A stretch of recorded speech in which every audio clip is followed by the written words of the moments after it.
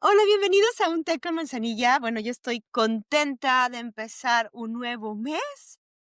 Es el primer episodio del mes de diciembre y la verdad es que, bueno, para muchos este mes implica muchas emociones, algunas emociones agradables, otras emociones que se desbordan y bueno, es un mes como caótico en ese sentido, porque si bien encontramos pues sí, tantas emociones peleando entre nosotros internamente y también tratando de, ya sabes, de pensar en los demás, de hacer las últimas cosas que nos quedan hacer en el trabajo, hacer cierres, planear, estar presente, bueno, un montón de cosas que pueden estar allá afuera que de repente sentimos que es un mes que pasa volando, que es abrumador, pero que al mismo tiempo, pues, tiene sus recompensas. En mi caso, bueno, pues, es un mes que espero, que me gusta mucho la época, porque en mi caso, pues, me visita mi familia y tengo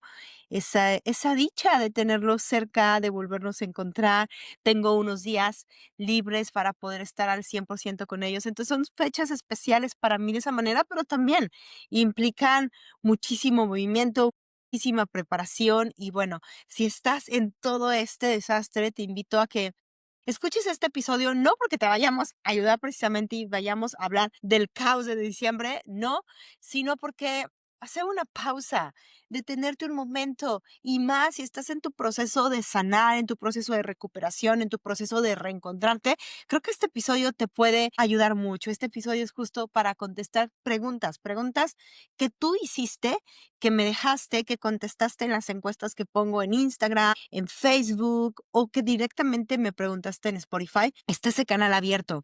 Si no fuiste tú, pero las vas a escuchar y te gustaría hacer algunas preguntas, por favor, no dudes en mandarlas en cualquiera de estas vías o esperar que salga la siguiente encuesta. Este es el segundo episodio que voy a hacer. Ay, no sé, como que siento que me estoy o alergia o engripando. Vamos a ver qué es. Pero bueno, así que si de repente me oyes o ves que paro es porque algo extraño pasó en mi nariz.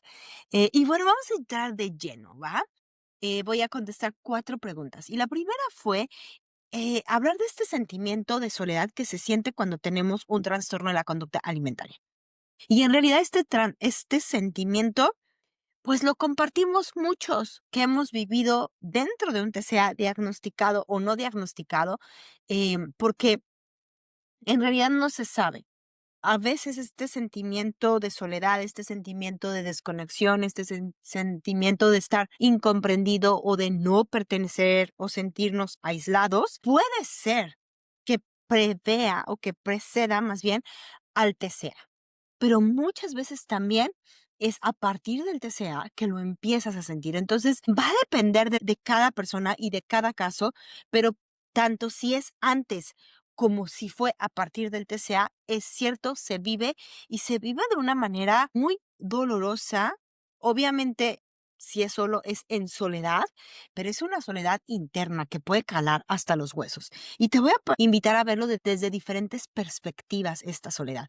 Primero, esta soledad, que es la que construye el TCA. ¿Y por qué construye la soledad el TCA? Bueno, porque el TCA necesita ocultarse para seguir vivo.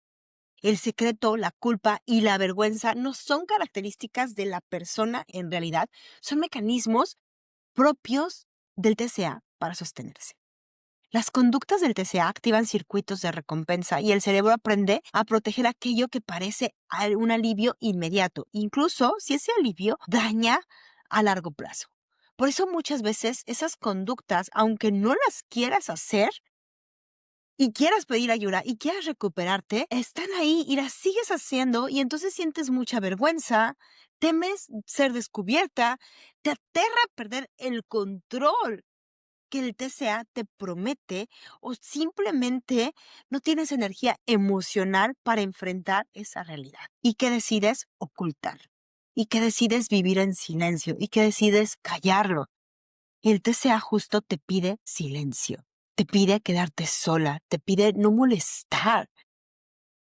No digas nada, quédate como si nada pasara. Simplemente haz lo que yo te digo y todo va a estar bien. Y en realidad parece que todo va a estar bien si eso se queda como en la cajita de atrás, como en una vida alterna. Lo que pasa es que eso poco a poco te va a ir carcomiendo y te va a ir quitando esa posibilidad de hablarlo y cada vez te vas a ir sintiendo mucho más sola. Es de verdad una soledad tan inmensa que quieres gritarlo al mundo, pero entonces cuando lo quieres gritar al mundo, recuerdas que no lo puedes gritar, porque si lo gritas al mundo, te lo van a quitar. ¿Y qué pasa si te lo quitan? Y además la vergüenza de tenerlo que hablar, la carga que implica tener que hacerte responsable de muchas cosas. Y te entiendo perfectamente si estás ahí, en esta soledad de quererlo decir, no poderlo decir, o ni siquiera sea una opción que digas, no, es que yo ni siquiera puedo decirlo, o sea, no es opción decirlo.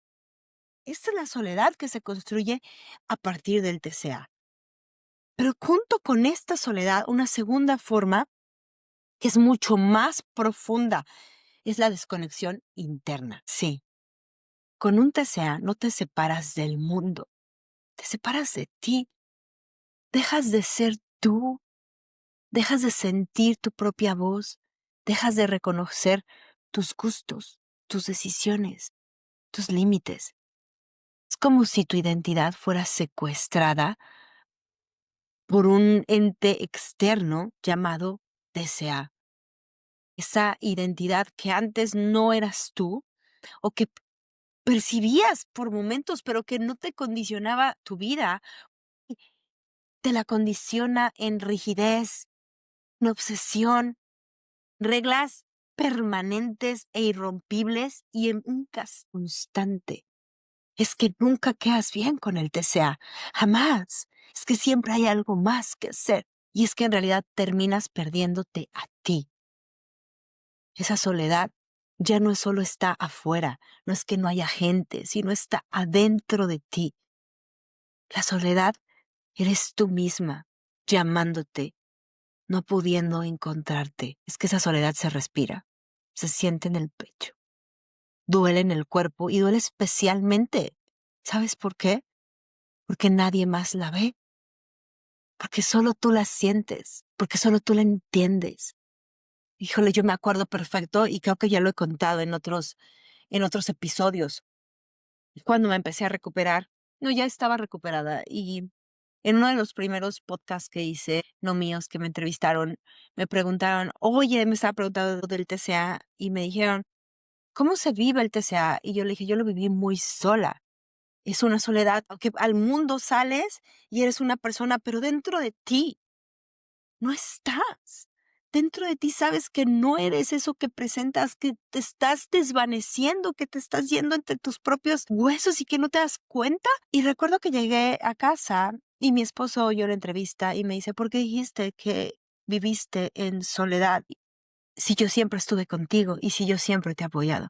Y es cierto, siempre él estuvo conmigo, siempre él me apoyó, pero es que no es una soledad de personas, es una soledad interna. Es una soledad que no se entiende si no has estado ahí y que justo solo esas personas que hemos pasado por ahí sabemos qué tipo de soledad. Y creo que es más duro saber que tienes a muchas personas afuera, pero que no las puedes sentir. Se siente en realidad como una sombra oscura, que no puedes salir de ella. Y que además quieres, pero no sabes cómo y que además te culpas por no valorar esas personas que están ahí, que te están apoyando. Y bueno, se vuelve una avalancha enorme. Y es que en realidad no es falta de compañía, es falta de conexión. Y muchas veces la compañía incluso puede aumentar esta falta de desconexión. ¿Por qué? Por lo que decíamos al principio, porque entre más gente haya, el TCA te dice más aíslate. Y entonces más te desconectas y es como una cadenita. Porque el problema no es la presencia del otro, el problema es que tu sistema nervioso está en tan modo supervivencia, tan modo vigilancia, que no puede registrar esa conexión humana. Y a veces esa compañía la traducimos nosotros en, me van a criticar, me van a hacer juicio, me van a rechazar. Uy, ¿qué van a pensar de mí? Van a pensar que no puedo, van a pensar que soy insuficiente, me voy a estar comparando, es que si hay mucha gente alrededor, me voy a comparar con la comida, me voy a comparar con cuánto ejercicio hacen, me voy a comparar con esto, me muero de miedo, porque esa compañía mi mente o mi sistema nervioso que está tan activado y tan modo alerta va a percibir toda esta compañía en lugar de una conexión, la va a percibir de una manera muy irreverente y no en realidad para conectar, sino para generar mucho más miedo y mucho más rechazo a ella. Y no es tu culpa. O sea, sí quiero aclarar que esto no es culpa de las personas, no, y es algo que incluso muchas veces lo podemos entender lógicamente, pero es que es algo tan interno que no podemos y no sabemos, al menos no tenemos las herramientas en ese momento para decir basta. Y es que además al decir basta, va a implicar que tengamos que dejar de hacer conductas que en ese momento son nuestra única salvación, único modo de enfrentar nuestra vida. Y creo que me gustaría invitar a las personas que están escuchando tanto que tienen un TCA como que no lo tienen, a entender esta parte fuera del juicio, fuera de, bueno, pues es que entonces es que no quieren, bueno, es que entonces, pues, ¿por qué no se dan cuenta? Bueno, es que le echen ganas. No, no es eso. Es que en realidad te voy a invitar a que pienses que el TCA es como un secuestrador dentro de una habitación y es él el que toma en control y es él el que te dice, siéntate en ese rincón y no te pares. Te amarra de las pies y de las manos y te deja sin voz. Imagínate en esa posición, ¿qué más puedes hacer? Estás aterrada de miedo. Lo único que te queda o que piensas que tienes que hacer es seguir las reglas de ese TCA. Que no es real, porque por eso hay un proceso de recuperación, y en el proceso de recuperación comenzamos a decir, sé que parece que estás atada de manos, sé que parece que estás atada de pies, pero no lo estás.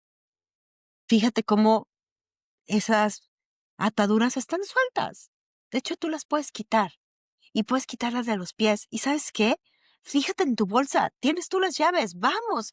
Y es un proceso, pero en un principio o durante un largo periodo incluso de esta propia recuperación, van a venir estos miedos y estas dudas de, ¿y si algo malo pasa? ¿Y si yo sigo diciendo? ¿Y si me enfrento a estas cosas? ¿Qué va a pasar? Prefiero vivirlo sola. Es muy parecido a lo que las víctimas de abuso desarrollan con el síndrome de Estocolmo, cuando confunden el daño con protección. Mucho pasa esto en los TCAs. Y comienzas a creer que mereces la soledad porque el TCA te lo repite una y otra vez. ¿Te suena? ¿Te suena lo que vamos diciendo aquí? Ojalá que pudieras decir, sí, me sonó mucho, lo que quieras comentar, me encantaría escucharte. Y justo me gustaría cerrar que por eso la recuperación, sí, mucho va a ser una recuperación nutricional, porque no podemos pretender recuperarte de un TCA si no hay una nutrición y si no hay una nutrición adecuada, suficiente, variada y constante.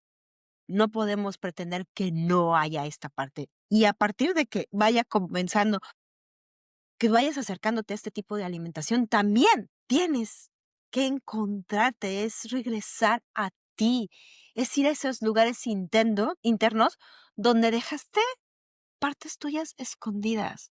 Es quitarte esa venda de los ojos para poder ver esa luz que está enfrente de ti, que sí, que puede darte un montón de miedo, pero que al final siempre después de una oscuridad, esa luz sí te ciega, pero después puedes abrir y puedes ver lo que está enfrente de ti. Es permitirte sentir por primera vez una libertad que no has experimentado desde hace mucho, desde la primera vez que decidiste hacer tal vez esa dieta, desde la primera vez que decidiste ir al gimnasio, desde la primera vez que decidiste, yo nadie se vuelve a burlar de mí, desde esa primera vez hasta hoy dejaste de sentirla y la puedes recuperar, porque es un trabajo muy profundo el que implica recuperarte. Implica, sí, reconectar con tu cuerpo como un lugar seguro. Y escucha, es reconectar con ese cuerpo desde entender lo que es un lugar seguro, que no es un lugar para batalla. Hay una foto que me encanta que está en mi Instagram, que la vi en el Museo de Nueva York y luego la vi en otro museo aquí, que dice, Body is a battleship, que es justamente esto, o sea, entender que tu cuerpo no es el campo de batalla, que está ahí para ti, que te ha dado, uff, tantas cosas y que te ha mantenido viva desde hace un montón. ¿Algo se me metió en el ojo? Perdón. es reencontrar esa identidad real, porque lo hemos hablado, ¿verdad? ¿Cuántas veces con el TCA sentimos que esa identidad se pierde, se desvanece, que no somos nosotros o que ni siquiera nos dimos cuenta y que pensamos que la identidad del TCA somos nosotros? Y es reencontrar quiénes somos, quiénes somos sin este abusador, sin este secuestrador. Reconectar con esas relaciones que nos sostienen, reconectar con esa presencia del otro, reconectar con tu espíritu. Sí, y no hablo de una religión si no la tienes, pero si tienes una religión, también es reconectar con ese ser superior en el que puedes depositar esas necesidades y que puedes encontrar esa fuerza que piensas que no tienes. En mi caso, esta parte espiritual de verdad que fue básico, porque yo pienso que si no hubiera conectado con esa parte, en verdad no podría haber explicado mi recuperación desde mi punto de vista, porque sí necesité saber que hay, en mi caso, un Dios que me creó perfecta, que me creó completamente, nuevamente perfecta para sobrevivir en este mundo y que me ama profundamente y además que si no puedo, a muchas cosas que le puedo depositar en él y que me puedo rendir ante él. Entonces, para mí eso fue importante, pero a lo mejor para ti la espiritualidad la vives desde un lugar distinto y está bien. No hay reglas en la espiritualidad, como sea, pero que podamos también depositarnos en este ser, en esta naturaleza, en esta madre tierra, en esto que no vemos, pero que creemos y que se llama fe, es algo importantísimo. La recuperación en realidad es un viaje hacia ti. No es un viaje hacia afuera, porque en el TCA vives hacia afuera, es un viaje hacia ti. Es un viaje lento que a veces se saborea, a veces no se saborea tanto, pero que poco a poco vas encontrando el ritmo y vas encontrando la sabiduría para poderlo transitar y dejar que esa soledad que el TCA te presenta no te consuma, sino al contrario, que la vayas dejando para encontrarte contigo, con una soledad que a lo mejor vas a tener, pero desde un lugar distinto. ¿Por qué? Porque aprendes a estar sola, pero aprendes a estar contigo.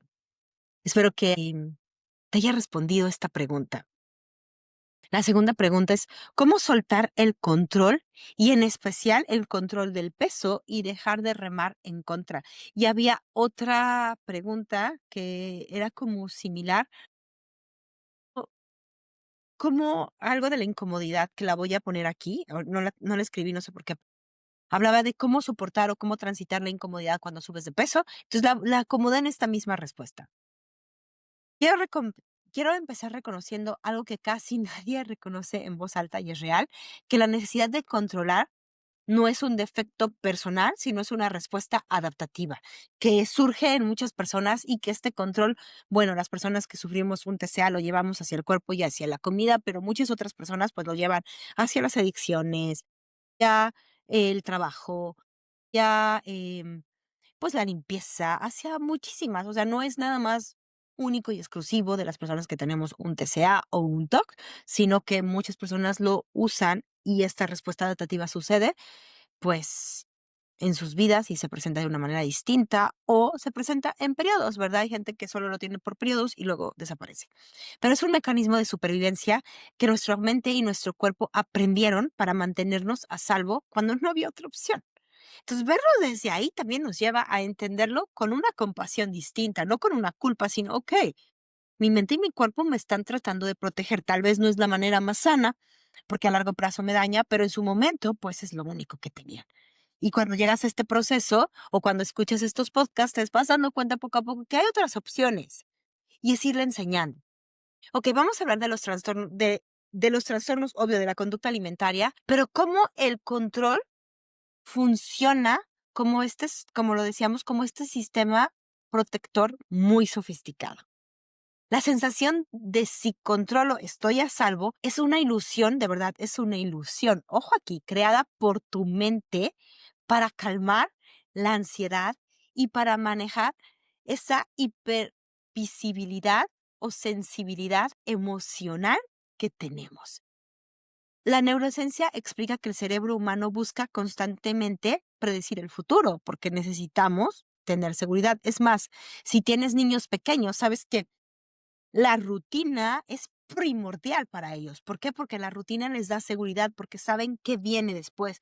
Y eso, bueno, pues les ayuda muchísimo a su sistema nervioso de bebecitos a saber que, oh, ok, mi mamá me bañó, ya sé que después de bañarme me da mi lechita y luego me lee un cuentito y luego me pone a la cama. Y eso me crea una rutina y me deja ir a descansar mucho más seguro. Igual nosotros de adultos necesitamos eso. Necesitamos saber qué viene después para calmar esta incertidumbre, porque también entendemos la incertidumbre como algo inexplicable. No sabemos qué venga después, es algo alarmante. ¿Qué tal que algo malo pasa? ¿Qué tal que algo se sale de descontrol?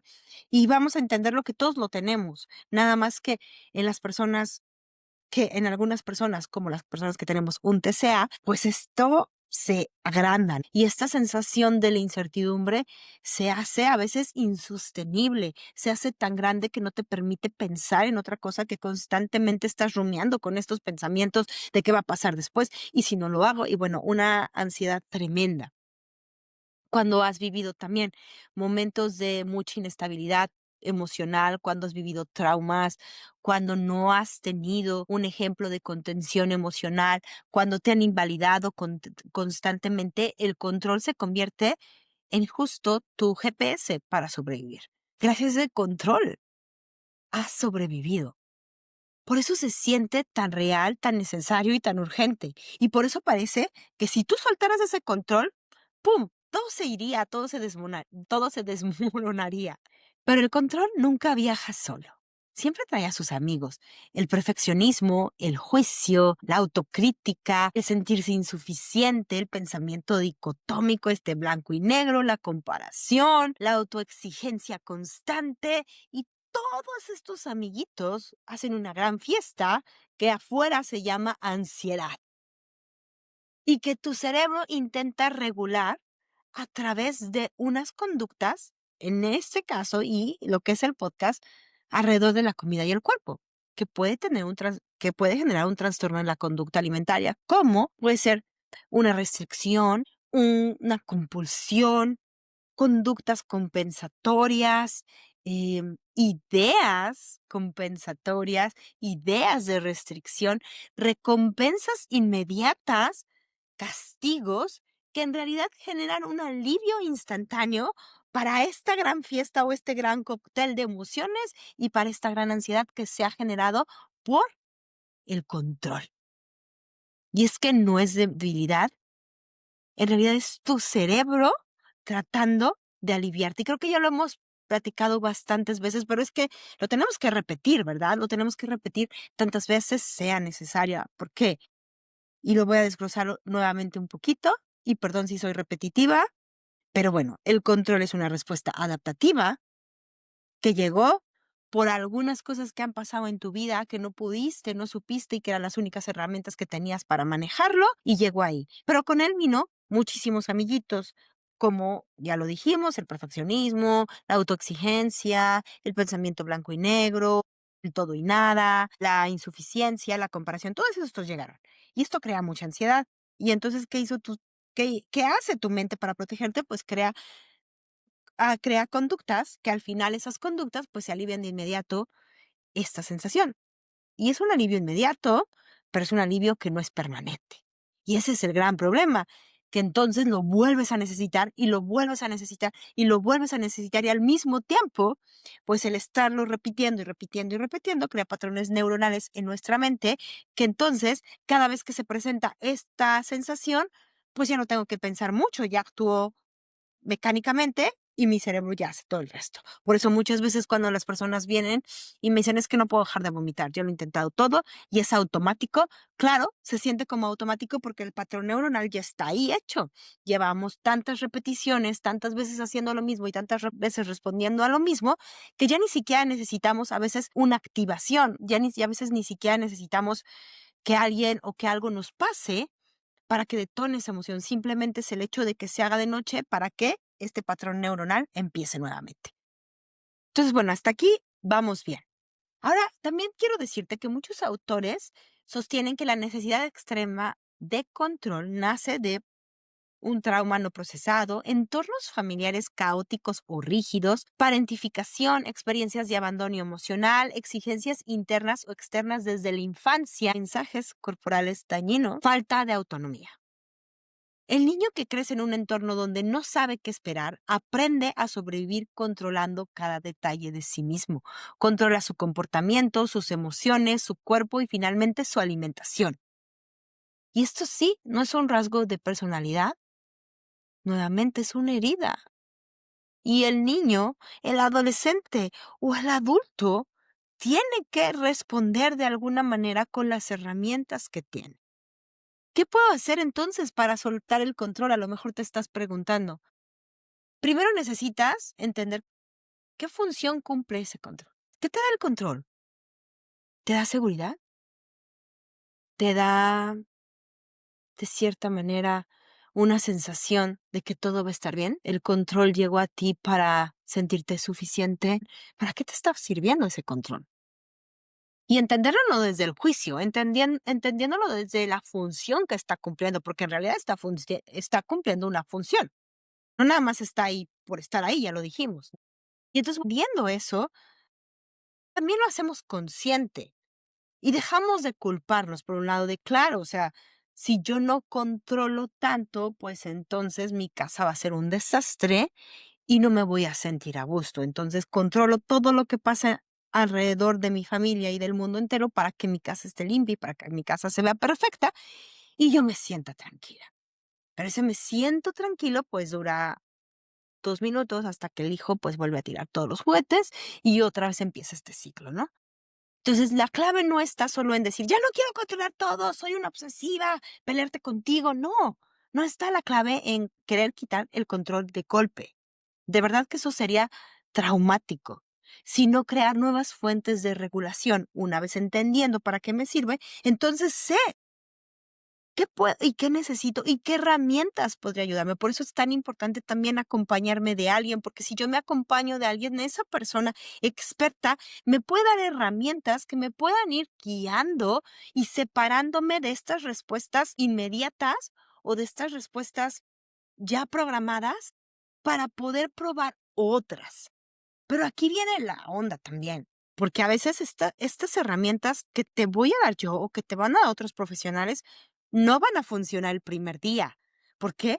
Porque estamos hablando que has repetido estas otras respuestas o este control constantemente, que por un día que cambies la forma de responder hacia lo que te está pasando, pues no se va a sentir igual de bien que el control.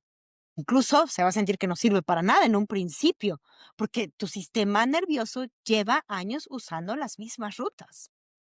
Y sí te va a frustrar y en la recuperación vas a sentir mucha resistencia y vas a sentir que no funciona y vas a sentir mucha incomodidad y vas a tener muchas dudas. Y es perfectamente normal. No es que estés fallando, es que estás aprendiendo algo nuevo y creo que ahí es como esta invitación nuevamente a la paciencia contigo mismo, a ser tolerante contigo mismo, porque no aprendes una cosa de la noche a la mañana y menos algo que dentro de ti, en tu inconsciente, te está ayudando a solventar la vida. ¿Y cómo soportar entonces esa incomodidad de dejar estas conductas o dejar el control atrás? Bueno, primero es importante separarse de este mensaje que nos dan las redes sociales de que sanar es irte a un retiro espiritual hermoso, donde dejas tu celular y nadie te molesta. Qué hermoso sería que lo pudiéramos hacer todos, pero es que eso no es sanar nada más. Hacer yoga, hacer pilates, ¿sabes? Pensar positivo, tener tu journal, hacer un ritual de mañana, 10 minutos, tus 5 minutos en un lugar tranquilo, escuchar con intuición. Digo, todo eso es hermoso, no voy a decir que si lo puedes hacer, hazlo, pero es que en realidad eso es solo una parte de tu proceso de conexión, pero hay otra parte que no te dicen, porque sanar es incómodo. De hecho, tiene que ser incómodo. Porque si no es incómodo, entonces no estamos cambiando. Y eso para mí es bien importante, o es un medidor para mí de que estamos avanzando. Si no incomoda, es que no estamos cambiando. Si no incomoda, es que no estamos probando algo nuevo. Si no incomoda, es que estás repitiendo lo mismo que estabas repitiendo antes. Entonces, tiene que haber una incomodidad, pero ojo aquí, una incomodidad no significa que lo estás haciendo mal, ¿no? Sino más bien significa que lo estás haciendo distinto. Y lo distinto, sí, sí, sí, lo distinto siempre incomoda. Y te invito a que digas esta frase que a mí me encanta. Si te sientes demasiado cómoda en tu recuperación, mi reina, mi rey, ¡fum! Algo no estás haciendo correcto porque no te tienes que sentir muy cómoda en tu recuperación. Algo no estás retando, algo no estás avanzando y creo que tenemos que cambiar tu sistema de apoyo, tenemos que cambiar un poco lo que estás oyendo y tenemos que modificar esos pasos porque te tenemos que sacudir y te tienes sí que incomodar. La comodidad en realidad es lo que te mantiene en el TCA. ¿Por qué querríamos mantenerte cómoda? La incomodidad es lo que te va a sacar de él. Ahora aquí, lo digo y no me dejarán mentir. Una cosa es sentir esta incomodidad y otra cosa es hacer que esta incomodidad sea insostenible. Y eso son dos cosas muy importantes de aclarar, porque la incomodidad sí te empuja fuera de tus límites. Si sientes miedo, si te da esta frustración, te dan miedo, te da ganas de llorar, te sientes como en un peligro, no quisieras hacerlo, pero sientes que sí puedes, y bueno, está esta sensación de ambivalencia, y ahí está, y te atreves. Lo insostenible es aquello que realmente colapsa tu sistema nervioso, te disocia, te desregula, se activa nuevamente el trauma, las heridas puedes volver a sangrar y de verdad que ahí no hay crecimiento. Eso es de verdad que solo sobrecarga y rompe el proceso de recuperación. Por eso es bien importante nuevamente que alguien te acompañe, porque muchas veces nos ha pasado, y a mí me pasó cuando yo intentaba recuperarme sola, que me pasaba al otro lado. Entonces, por ejemplo, yo te voy a poner mi ejemplo personal. Cuando yo intentaba dejar de este ciclo de purgas, lo que intentaba era, okey, ya nada de purgas. Bye, adiós purgas, no las quiero en mi vida, pero entonces voy a comer sano, súper sano, porque eso es lo que mi mente me decía. Y entonces me iba al otro extremo, me iba al extremo de todo súper sano, todo súper clean, nada fuera de la dieta, perfectamente. ¿Y qué pasaba? Pues mi sistema nervioso colapsaba y me llevaba a buscar la misma respuesta que estaba haciendo y terminaba en el ciclo de purgas nuevamente. Entonces, la idea es incomodidad, ¿sí? No algo insostenible, no romperte. ¿Y cómo voy a saber cuál es la incomodidad? Bueno, la incomodidad tú de verdad que se siente, es algo que sientes internamente que lo puedes hacer, que te va a retar, que no se siente bien, pero que tampoco es inalcanzable. Un ejemplo, por ejemplo, si tienes anorexia, algo insostenible sería aumenta al 100% tu consumo mañana. Ya, o sea, si estás comiendo una papita, pues te vas a comer 10 papitas mañana. No, sales corriendo. Más bien, algo sostenible sería, ok, que lo platicamos, que tú lo platicaras con tu nutriólogo y dices, ok, una papa, puedo agregar media papa más. Eso es algo que me va a crear incomodidad, sí. Que me va a retar, sí. Que voy a generar miedo, sí. Pero que lo puedo hacer, sí también. Por ejemplo, en bulimia, algo que sería insostenible, lo que te decía, sería, no me voy a purgar ni una vez durante todo este mes. No lo voy a hacer. Algo sostenible o algo incómodo sería, ok, no sé si va a pasar o no, pero cada vez que el pensamiento me llegue, voy a escribirle a alguien. Voy a decirle, hey, estoy teniendo este pensamiento y decirle, estoy sintiendo todas estas emociones y voy a ver qué pasa. Eso es mucho más, si es incómodo, claro, porque va a implicar, y más si tú estás ahí, va a implicar hacer una pausa, sostener este pensamiento, no ir corriendo a purgarme, no ir corriendo a hacer ejercicio, detenerlo, sentir todas estas emociones dentro de nosotros que queremos realmente hacer esa conducta, pero va a implicar detenernos un poco, escribir, meditar. Y a lo mejor eso mismo hace que no lo hagamos, pero el foco no está en no hacerlo, sino está en meter esta pausa. Y eso, pues es sostenible. A lo mejor si hablamos de atracones, esperar no sentir nada de culpa y estar felices por comer todo lo que como y aceptarlo y hacer una fiesta. No, eso es insostenible. Tal vez lo más cómodo sería pensarnos con un poco de compasión y decir, ok, hoy me comí esto y entiendo que esto lo estoy haciendo en respuesta de algo que me pasó. ¿Qué me pasó? Y a lo mejor verlo con mucha más compasión, con mucha más, yo diría, ay, se me fue la palabra, intriga. ¿Qué está pasando? ¿Qué estoy sintiendo? ¿Por qué me estoy acercando hacia la comida? No desde un castigo. Y por supuesto, tal vez sería no buscar compensar, porque muchas veces después de esto puedo tener esta necesidad de compensar por culpa, porque me siento con vergüenza. Y a lo mejor es esto tener un poco esta sensación de no compensar. Y eso es mucho más, si es incómodo, muy incómodo, pero sostenible. Porque en realidad esta incomodidad es mi brújula. Es señal que estoy creando nuevas conexiones neuronales, que estoy rompiendo ciclos, que estoy desafiando al TCA, que estoy eligiéndome, que estoy moviéndome hacia la vida que quiero, que estoy volviendo a mí. Si siento incomodidad, sí, estoy por el lugar correcto. La incomodidad no se atraviesa saliendo de ella y no queriéndola sentir. Se atraviesa, de hecho, con presencia, sabiendo que va a estar, sintiéndola. Si tienes que llorar, si tienes que patalear, si tienes que gritar, si tienes que decir groserías, si tienes que respirar, si tienes que hacer lo que tengas que hacer, lo haces, pero la sostienes, no huyes de ella, porque al final, hoy, después de este episodio, vas a saber que esa incomodidad te está diciendo que vas por el lugar correcto.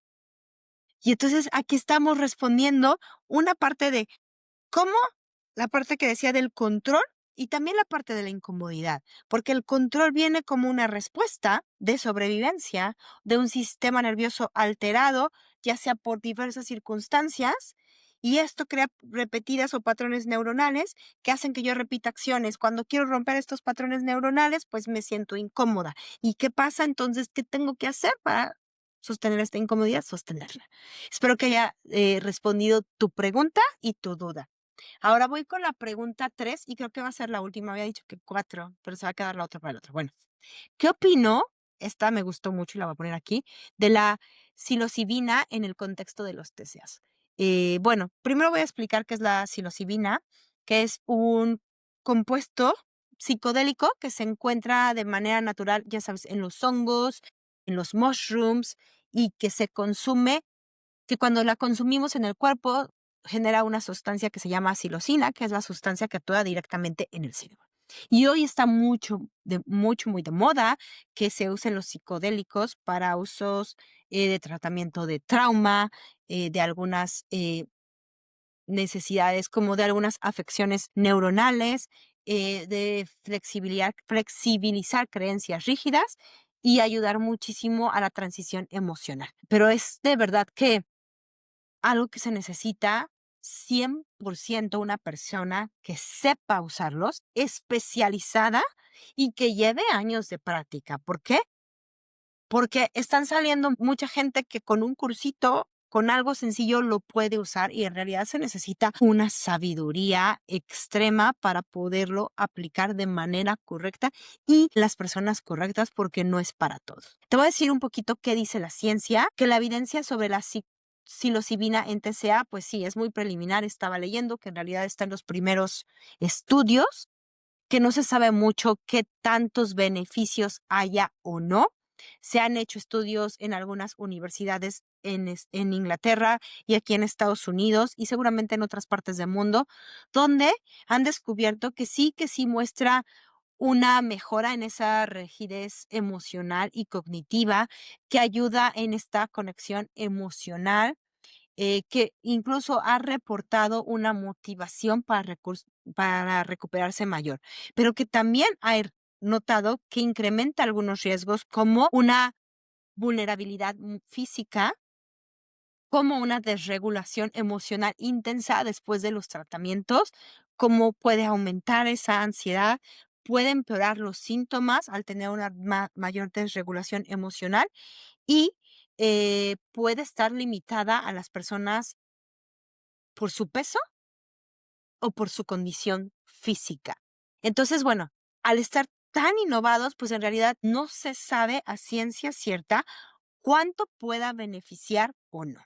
Ahora, ¿qué pasa en realidad con los TCAs? Y aquí quiero ser muy puntual. Y justo estoy programando un episodio sobre esto. Estamos siempre tratando de buscar algunas alternativas para sanar, que todas son buenas. Yo no digo que no y no voy a criticar si estamos pensando en utilizarlos. Solo te diría que vayas con una persona que es mente profesional en el tema y que sepa que tienes un trastorno en la conducta alimentaria y que te haga los estudios previos en cuanto a nutrición, en cuanto a toda la parte física y que si puede hacerte estudios también en tu cabeza, o sea, que te haga todos los estudios necesarios para que sepamos que no te vas a poner en riesgo. Pero bueno, número 2, esta búsqueda constante del alivio nos lleva a buscar acciones alternas, creyendo, y aquí es donde voy a poner mi énfasis, creyendo que esos tratamientos alternos nos van a salvar o nos van a dar como una puertecita alterna para evitar esta sensación que hablábamos hace rato de incomodidad o para evitar exponernos a esas conductas que no podemos dejar de hacer, que no queremos dejar de hacer o que queremos hacer. Y la realidad es que no. La realidad es que ningún tratamiento alterno va a quitar que tengas que comer, tengas que aprender a, a, a mejorar tu relación con la comida, a aceptar tu cuerpo, hacer un trabajo de imagen corporal es necesario, cuestionarte, a reconfigurar tu cerebro, todo eso, aún así, con esos tratamientos que te pueden ayudar, lo vas a tener que hacer. Entonces es bien importante que no nos vayamos con esta falacia de que un tratamiento solo me va a hacer recuperar y ya, listo, un día voy a amanecer y voy a querer comer. No, va a haber incomodidad, porque acuérdate, la respuesta pasada, hablamos de cosas que has repetido toda la vida y que sí, puede ser que estos psicodélicos te den esta motivación mayor, pero uno no se recupera solo con motivación, acuérdate, porque esa motivación va a tener un proceso, va a durar unos días, tal vez unos meses y después no va a estar y entonces, ¿qué vas a volver a necesitar? Entonces, es bien importante que si lo estás contemplando, no lo uses como una puerta alterna a tu proceso de recuperación y a desenfocarte también de lo que no puedes dejar atrás, que es una rehabilitación nutricional, que es una aceptación corporal y y que nuevamente es cuestionarte toda la parte de gordofobia, toda la parte social y bueno, creo que esos son fundamentos que tienen que estar ahí. Ahora, desde la parte espiritual, mucha gente también lo usa y que me parece que, pues sí, crea un canal de conexión interno muy profundo y si hablamos que hay una desconexión muy profunda con nosotros mismos, pues a lo mejor es algo que hace bien para entendernos, para poder ver dentro de nosotros. Yo nunca lo he hecho, pero sí he tenido compañeros y amigos que lo han hecho y han descubierto cosas que jamás pudieron pensar que podían descubrir y el hecho es que el acompañamiento después de ese descubrimiento es primordial, porque si la persona no sigue con un acompañamiento puede ser un evento demasiado traumático. Entonces, creo que mi postura honesta es, si lo vas a hacer, no tengo un rechazo al 100% con ellos, pero sí tendría una precaución, sobre todo en los inicios de los procesos de la recuperación. ¿Por qué? Porque la persona tiene un TCA activo, puede estar en riesgo físico y emocional y cualquier psicodélico lo puede aumentar. También saber las credenciales de estas personas que lo están aplicando, sea un equipo médico clínico completo, que haya psiquiatras, que haya terapeutas especializados y capacitados en el uso de psicodélicos y en TCA. Y lo más importante, cuestionarte a ti misma, que solo tú lo sabes. No estamos buscando alternativas o si esta está siendo una alternativa para no caminar por ese lugar que te da tanto miedo, que es realimentarte, que es retar esos pensamientos, que es dejar de hacer ejercicio, que es dejar de tener atracones, que si esto lo estás viendo como, híjole, esto me va a llevar por arriba y no lo voy a tener que afrontar, te estás mintiendo. De todos modos, para recuperarte, lo vas a tener qué hacer. Bueno, ¿saben qué? La otra está cortita, la voy a hacer. ¿Cuánto dura el proceso para sanar de un TCA? Y bueno, esta pregunta no las hacemos todos, esta sería la cuarta pregunta, y es una de las preguntas muy comunes que me hacen constantemente. Y en realidad no se sabe cuánto tiempo una persona tardará en recuperarse porque va a depender de muchísimos factores como los años que lleva en el TCA, cuándo empezó con el TCA, la gravedad de los síntomas, su situación familiar, social, si tiene una historia de trauma, el acceso a atención médica, la estabilidad económica, su estabilidad emocional, el país donde vive, las creencias culturales, el nivel de apoyo y contención que tenga, la presencia o ausencia de otros diagnósticos y la disposición interna al cambio. Entonces, bueno, todos estos factores, pues en cada persona son distintos y de eso va a depender también el tiempo si el tiempo que dure su recuperación. Entonces, ¿Cuánto dura? No lo sabemos. Pero lo que sí te puedo decir es que la recuperación tiene etapas. Y a mí me gustan mucho las etapas que maneja Caroline Costin, que es una de las autoras con la que yo me preparé más importantes del mundo y unas personas que más experiencia tiene en el tratamiento de trastornos de la conducta alimentaria a nivel internacional y que ha puesto muchísimos centros. Ella maneja 10 etapas y te las voy a leer, que creo que eso nos puede ayudar mucho. La primera es, no creo que tenga un problema, es esta negación. La segunda es, puede ser que tenga un problema, pero no es tan grave. Tercera, sí tengo un problema, pero la verdad es que no me importa, me siento súper bien, o sea, me siento increíble con no comer nada. Sí, ya sé que no está bien, pero yo lo quiero seguir haciendo. O sea, es que, pues sí tengo un problema, pero con que todo el día esté bien, ya en la noche, pues solo como un poco más y listo. La cuarta sería, sé que tengo un problema, pero es que no sé qué hacer, no sé cómo cambiarlo, me da miedo intentarlo. La quinta sería, ya he tratado de cambiar, pero es que no pude. La sexta sería, he podido cambiar algunos comportamientos, pero no todos. La séptima, he parado todos los comportamientos, pero mis pensamientos siguen ahí. La octava, he logrado que mis pensamientos y mis conductas cesen por un tiempo, pero a veces regresan. La novena, estoy libre de pensamientos y comportamientos la mayor parte del tiempo. Y la décima, estoy recuperado. Y entonces esta décima de estoy recuperado trae con ella algunas cosas. Por ejemplo, no es algo que digas, ya no hago comportamientos ni tengo pensamientos por un mes, por una semana. En realidad tiene que ser un periodo largo. Algunos autores manejan entre 1 a 3 años que tiene que haber este estado de no pensamientos y no comportamientos. Y sobre todo, lo más importante es que te vayas enfrentando a la vida diaria, a tu vida normal. Es decir, a esos riesgos y a esas circunstancias que van a traer, que van a venir, como puede ser perder un trabajo, perder una pareja, romper con alguien, enojarte con un amigo, que un familiar se enferme, que tú te enfermes, problemas económicos, mudanzas, en general, vida. Y cada una de estas cosas y cada uno de estos cambios van a generar cosas en ti, van a generar emociones, van a generar ansiedad, va a generar una desregulación.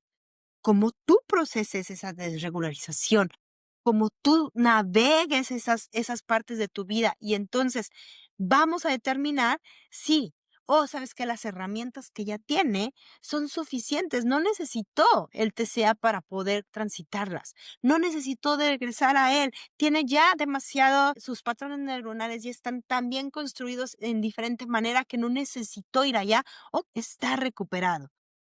Porque la realidad es que la recuperación no solo es el proceso, sino es que se tiene que probar en la vida y por eso tiene que haber un tiempo ahí, un tiempo donde tú te enfrentes, donde tú mismo, y no es que le enseñes al mundo, es que te enseñes a ti mismo, wow, si esto me hubiera pasado antes, seguramente me hubiera llevado a hacer XY, pero gracias a que he llevado tanto tiempo, lo pude afrontar. Y es enfrentarte a la vida con cada una de estas herramientas. Creo que el verlo desde este lugar y el notar que existen estas etapas te puede ayudar primero a saber en cuál estás tú, saber cuáles son las etapas que sigues. Muchas veces creemos que estamos recuperados, pero nos damos cuenta que estamos en la 6 o en la 8 y que todavía nos faltan 2 o nos faltan 5. Y eso también nos da una guía de, ok, no estoy todavía en el punto de recuperado. Y también nos da una sensación de, "Oh, incluso cuando ya no hago estas cosas, voy a tener que esperar un tiempo para poder probar que esta recuperación es sostenible". Y si no lo es, no es para que nos critiquemos. A veces recaer solo nos dice, uy, tienes que trabajar un poquito más. Y está bien, acuérdate que no es una carrera, no es llegar primero, sino es llegar con pasos firmes, es llegar con la seguridad de que estás ahí y que no te va a tumbar nada, porque no tienes que probar tu recuperación al mundo externo, sino la tienes que probar en ti.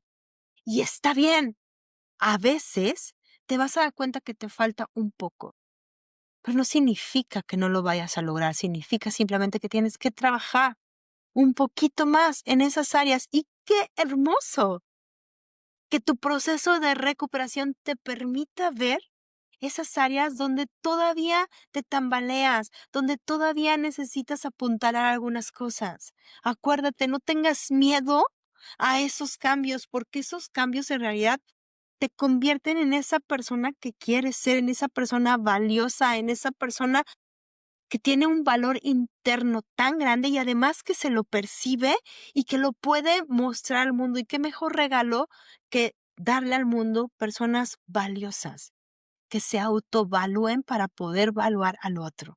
Así que bueno, espero que haya podido responder estas 4 preguntas de la mejor manera. Si les quedaron dudas, si tienen sus preguntas, mándenlas, compartan el episodio y bueno, muchas gracias por haber estado aquí. Les mando un abrazo, feliz diciembre y nos vemos muy pronto. Bye bye.